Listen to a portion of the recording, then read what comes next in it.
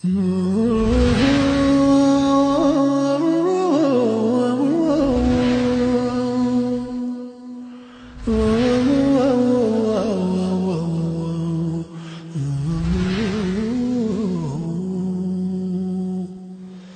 لله والصلاة والسلام على سيدنا رسول الله وعلى آله وصحبه وموالاه ልጅ በአባቱ ገንዘብ ሐጅ ማድረግ ይችላል ወይ የሚል ነው አባት ከፈቀደለት ከገንዘቡ ላይ ሐጅ እንዲያደርግ ፈቃደኛ ከሆነ መልካም ነው ምንም ችግር የለውም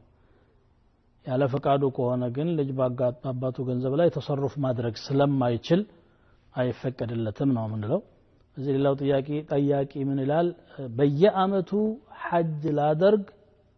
ለአላህ ቃል ገብቼ ነበር አሁን ግን አልቻልኩምና እንዴት ነው ማድረግ ያለብኝ ነው የሚለው ያ ያልቻልክበት ነገር ካቅምህ በላይ ከሆነ ለምሳሌ ሰውየው ታስሮ እንበል ወይ ደግሞ ታሞ መንቀሳቀስ የማይችል ሆኖ እንበል ካቅሙ በላይ ከሱ ፍላጎትና ችሎታ ውጪ ባለ ሁኔታ ከሆነ ምንም የለበትም لقول الله تبارك وتعالى لا يكلف الله نفسا إلا وسعها وقوله تبارك وتعالى ما يريد الله ليجعل عليكم من حرج عندت النفس الله يقوان يا أهل انجي አያስገድድም الله በእናንተ ላይ አስቸጋሪ ነገር ማድረግ አይፈልግም ይላል በጭራሽ የማይችል ካቅም በላይ ከሆነ እንደዛ ነው አይ የሆነ የሚበላሽ ነገር አለ የመሳሰለ እንግዲህ ምክንያት ከሆነ ግን የገባውን ቃል ማክበር አለበት ወአውፉ بالعهد ان العهد كان مسؤولا ቃል ኪዳናችሁን ሙሉ ቃል ኪዳን የሚያስጠይቅ ወይም የምትጠየቁበት ነገር ነውና ማለት ነው አንድ ሐጅ ላይ ያለ ሰው ወይም ዑምራ ላይ ያለ ሰው ጸጉሩን ማሳጠር እንደማይቻል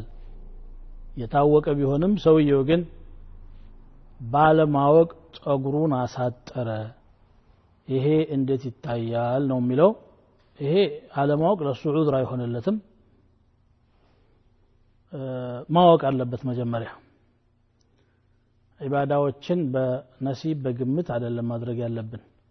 በትክክል ዲናችንን ማወቅ አለብን قل هذه سبيلي أدعو إلى الله على بصيرة أنا ومن اتبعني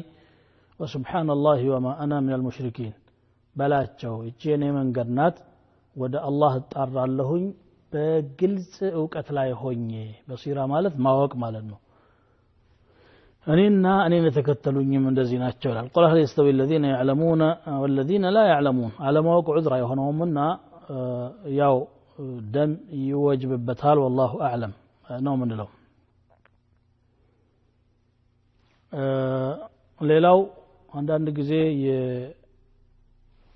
የአረብ አገር መንግስታት ሐጅ እንዳይደረግ ሰው ብዛት ስለሚኖረው ይከለክላሉና የተከለከለው ነገር እያለ አልፎ ሂዶ ሐጅ ማድረግ የቻለ ሰው ሐጁ صحيح ነው ወይ የሚል ነው አዎ صحيح ነው እነሱ የከለከሉት ግፊ እንዳይፈጠር የሰው ብዛት ችግር እንዳይፈጠር ለሐጃጁ ማስለሃ ብለው ሊሆን ይችላል እንጂ ሐጅን ለመከልከል አይደለም ሆኖም ግን እዛ ቦታ ላይ መድረስ የቻለ ሰው የሚያደርገው ሐጅ صحيح ነው ችግር የለውም ማለት ነው አንድ ሙተመቲዕ የሆነ ሰው ለሐጅ ብሎ ሄዶ ዑምራውን ጨርሶ እስከ ሐጅ ድረስ እዛው መካ መጠበቅ ሲጠበቅበት በመሃል ወደ አገሩ የተመለሰ እንደሆነ አዲስ ዑምራ ይዞ መምጣት አለበት ወይስ በዚያው ዑምራ ሙተመቲዕ ሊሆን ይችላል ነው በዚያው ዑምራ ሙተመቲዕ ሊሆን ይችላል በአንድ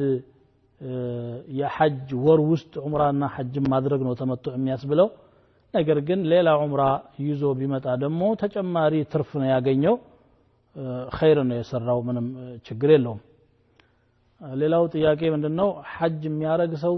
ጥላ መጠቀም ይችላል ወይ ራስን መሸፈን አይቻልም ከሚለው በመነሳት ይመስለኛል ይሄ ጥያቄ ጥላ መጠቀም የሚከለክል ምንም ነገር የለም ራስ ላይ የሆነ ሽፋን ነው እንጂ ድንኳን ውስጥ እንቀመጣለን በመኪናዎች ውስጥ እንቀመጣለን ያ መጠለያ ነው ቤት ውስጥ ብትቀመጥ ማንኛውንም መጠለያ መጠቀም በእጅ የሚያዝም ጭምር